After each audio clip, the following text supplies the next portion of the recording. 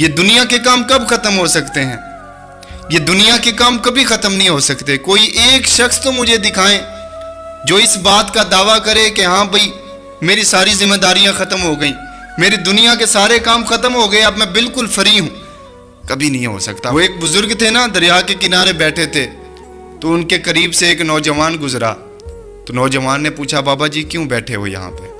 تو بابا جی کہنے لگے کہ انتظار کر رہا ہوں کہ جیسے ہی اس دریا کا پانی خشک ہو تو میں اس دریا کو پار کروں۔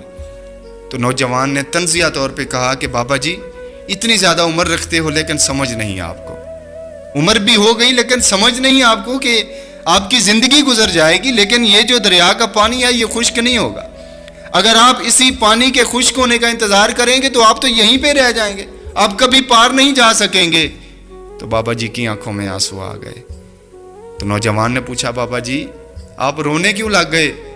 تو بابا جی کہنے لگے، بیٹا یہی تو بات میں تمہیں سمجھانا چاہتا ہوں۔ تم نوجوان یہ جو کہتے رہتے ہو کہ بس ابھی گھر کی ذمہ داریاں ختم ہوگی، ابھی یہ کام ختم ہوں گے تو پھر ہم نماز بھی پڑھیں گے، داڑھی بھی رکھیں گے اور حج و عمرہ بھی کریں گے، والدین کا ادب احترام کر کے ان کی خدمت بھی کریں گے۔ بابا جی کہنے لگے، جس طرح اس دریا کا پانی خشک نہیں ہو سکتا، اسی دریا میں سے ہی راستہ بنا کے مجھے پار جانا پڑے گا۔ تو بابا جی نے کہا کہ بیٹا اسی طرح زندگی تو ختم ہو سکتی ہے مگر دنیا کے کام ختم نہیں ہو سکتے۔